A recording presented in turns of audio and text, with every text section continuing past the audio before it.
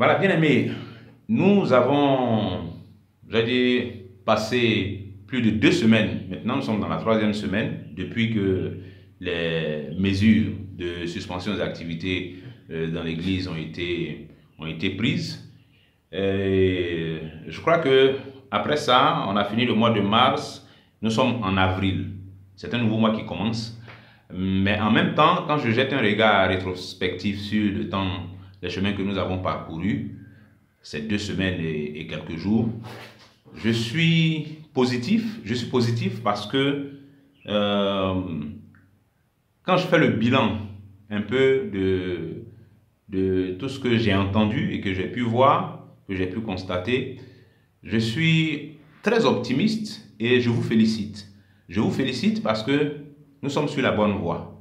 Je vous félicite pour avoir tenu, pour avoir su entrer dans ce nouveau moule d'organisation de notre dévotion cultuelle dans les maisons. La façon dont nous avons pu nous réorganiser, c'est une situation qui nous a surpris, mais Dieu merci, nous avons pu nous réorganiser par notre mobilisation et notre motivation pour retomber sur nos pieds. Et donc, l'Église, qui ne se retrouve plus en grande assemblée, se retrouve désormais et de manière efficace, ça je peux l'attester, de manière très efficace dans les maisons, dans les petits rassemblements. Quand je vois les vidéos que vous partagez après les réunions, bien aimé, je suis édifié. Quand je vois comment nous avons réussi à animer, à entretenir notre spiritualité, les uns les autres, parce que ce que nous faisons, ça nous édifie mutuellement.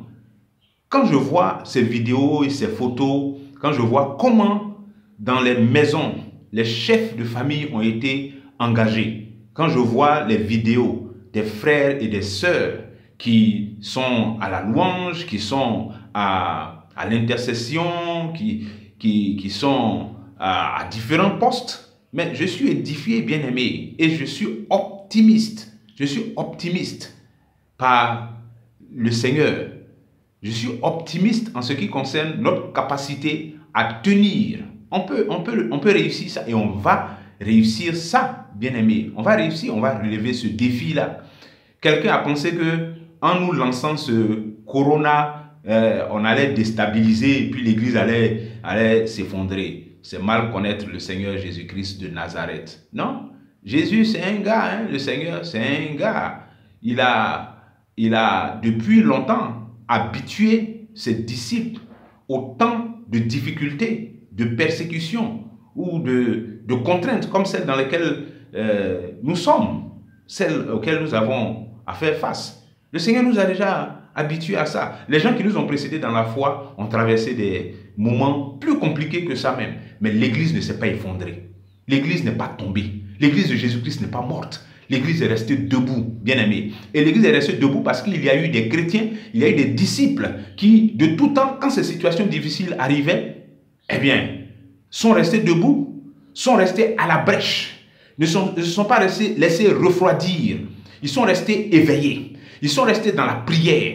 Ils sont restés dans la communion fraternelle. Ils ont trouvé des moyens pour pouvoir communier, pour pouvoir rester en contact les uns avec les autres. Et à leur époque même, il n'y avait pas toutes ces technologies que nous on a aujourd'hui. Mais ils ont pu être résilients, ils ont pu être résistants et ils ont traversé les moments de persécution. Quand vous voyez l'histoire de l'Église, ce qui s'est passé dans la Rome antique ou l'Israël ancien ou en Chine sous le communisme, mais bien aimé, l'Église a été fortement éprouvée, mais les disciples sont restés debout parce qu'il y a toujours eu ce feu par le Saint-Esprit qui a permis que les uns et les autres ne se laissent pas endormir, ne se laissent pas distraire, ne se laissent pas décourager par les difficultés d'un temps. Ils ont tenu bon, ils ont tenu ferme.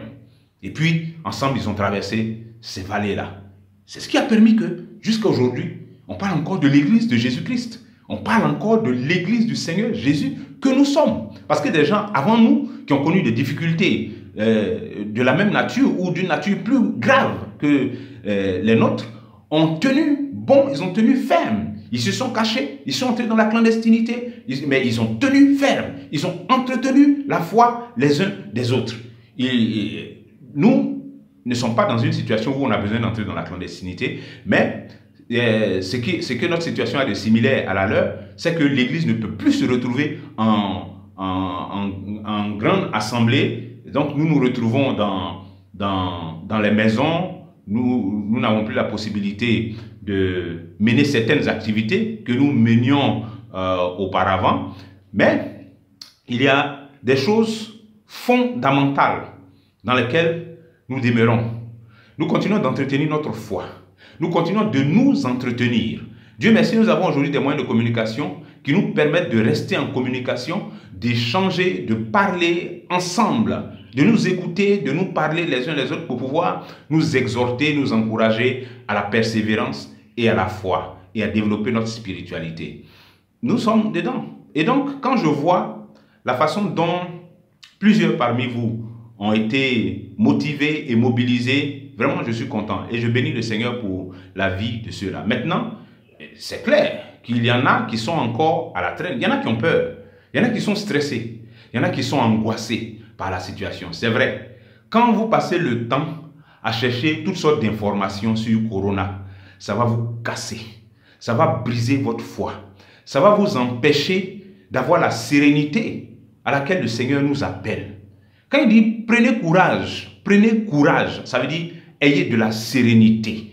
Donc il ne faut pas nourrir notre esprit des choses qui vont nous décourager, qui vont nous refroidir, qui vont nous faire reculer dans la foi. Non, non. Si rechercher toutes ces informations-là, de combien de morts, combien de contaminations il y a, quelles sont les nouvelles trucs, etc., les nouvelles tendances, si ces informations-là, tu te rends compte que ce sont des informations qui ne te font pas du bien, mais qui augmentent la peur dans ton cœur, la crainte, qui te font perdre ta sérénité, qui te stressent, arrête de chercher ces informations. Tu cherches quoi dedans? Tu cherches quoi dedans? Laisse tomber ces informations. Il faut aller lire la Bible. Il faut suivre les messages. Va sur YouTube, clique, ouvre les messages. Il y a plein de prédications qui sont en ligne. Va là-bas et puis édifie-toi. Édifie ta foi. Continue d'appliquer toutes les mesures d'hygiène, de sécurité, toutes les consignes qui sont partagées sur les médias, etc. Continue d'appliquer ça. C'est suffisant. Parce que, regarde, le fait que tu saches combien de morts il y a eu ici ou bien combien de nouvelles contaminations il y a eu là, c'est pas ça qui va te préserver. C'est pas ça qui va te préserver. Ce qui va te préserver, c'est d'appliquer les mesures simples qui sont données là. Donc, que tu aies ces informations ou pas, si tu appliques ces mesures, c'est une bonne chose. Point barre. Le reste, on confie ça au Seigneur. On fait ce qu'on peut faire, jusqu'où on peut aller. Le reste, là, on confie au Seigneur. Mais il faut faire ce que tu peux faire, ce que tu as à faire, ce qui est à ta portée. Il faut le faire. Il faut le faire. Il ne faut pas aller te fourvoyer et puis te perdre, t'embrouiller avec toutes sortes d'informations. Donc, bien aimé, bravo, bravo à nous tous et courage à ceux et celles qui s'étaient laissés paralyser par la peur. Courage à vous, sortez de cette peur-là et puis recentrez-vous sur les choses importantes, les choses qui comptent, c'est-à-dire les choses qui construisent la foi, qui bâtissent la spiritualité, qui raffermissent les fondements que nous avons en Christ. Bien aimés, c'est à ça que nous sommes appelés et c'est ça qui est notre bataille, c'est ça qui est notre combat. Il ne faut pas se tromper de route, il ne faut pas se tromper de combat. Il faut se recentrer sur ces choses-là et puis compter sur le Seigneur, s'appuyer sur le Seigneur. Dimanche prochain est le premier dimanche du mois d'avril. Et vous savez que traditionnellement, dans notre assemblée, nous faisons les offrandes spéciales pour les œuvres sociales. Les œuvres sociales. Je vous ai dit dans une de mes vidéos que les œuvres sociales, c'est quelque chose de très important pour l'Église. Donc quand nous faisons les mobilisations de fonds, comme nous le faisons habituellement par nos offrandes, les dîmes, etc., c'est des fonds que nous mobilisons et qui servent, entre autres choses, à assister les cas sociaux qui peuvent se présenter. Et je vous disais que la situation dans laquelle nous sommes présentement est une situation dans laquelle il y aura, s'il n'y en a pas déjà même, des cas sociaux. Plusieurs cas sociaux. Plusieurs cas sociaux. Donc, vraiment, je vous demande, bien aimés, de faire parler votre générosité, votre libéralité. C'est à ça que le Seigneur nous appelle. Être généreux, partager avec ceux qui en ont moins, que ceux qui en ont plus partagent avec ceux qui en ont moins. Et on dit souvent, non, l'argent, on n'en a pas assez, on n'en a pas assez. Ouais, mais ça, c'est une philosophie pour parfois justifier certaines choses. Non.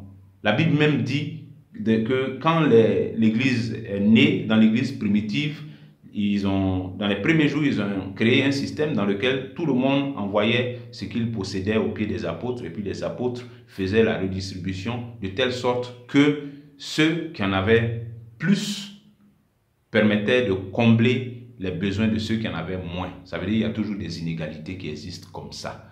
Maintenant, il faut que chacun de nous puisse prendre à cœur de penser à quelqu'un. On ne sait pas encore qui, hein, mais pense à quelqu'un qui pourrait se trouver dans une situation de nécessité avec ce que nous sommes en train d'expérimenter comme situation. Quelqu'un peut se trouver en difficulté. Bien aimé, ça peut arriver. Et nous sommes l'Église. Nous devons pouvoir répondre à ce genre d'appel, à ce genre de besoin-là. On doit pouvoir intervenir en tant qu'Église. Mais si on n'a pas l'argent, on va intervenir comment? On va intervenir comment si on n'a pas l'argent? Et l'argent va venir d'où? Ça va venir de vous. Ça va venir de vos salaires, de vos poches, de ce que vous donnez et tout ça. Maintenant, on a créé cette rubrique de œuvres sociales pour que les fonds dédiés à l'œuvre sociale ne soient pas mélangés aux autres fonds que nous avons. Donc, il ne faut pas dire, on donne les dîmes, on donne les offrandes ordinaires, ça devrait suffire. Ils n'ont qu'à faire les calculs, ils vont enlever dedans là-bas. Bien aimé, si ça suffisait, on ne ferait pas de fonds à part pour les œuvres sociales. On ne ferait pas de mobilisation de fonds à part pour les œuvres sociales. Si ça suffisait, à quoi ça servirait de harceler quelqu'un pour ça, si on a déjà la possibilité de régler un problème? Non. Donc, c'est une réalité. Vous savez, présentement, je tiens à remercier du fond du cœur tous ceux et toutes celles qui ont contribué financièrement, à la fin du mois de mars. Là. Tous ceux qui ont contribué financièrement pendant tout le mois de mars par leurs offrandes, leurs dîmes. Vraiment que le Seigneur vous bénisse. Que le Seigneur vous bénisse. Voilà, c'était ça mon message à chacun de vous pour aujourd'hui. On se retrouve donc prochainement. Que Dieu vous bénisse.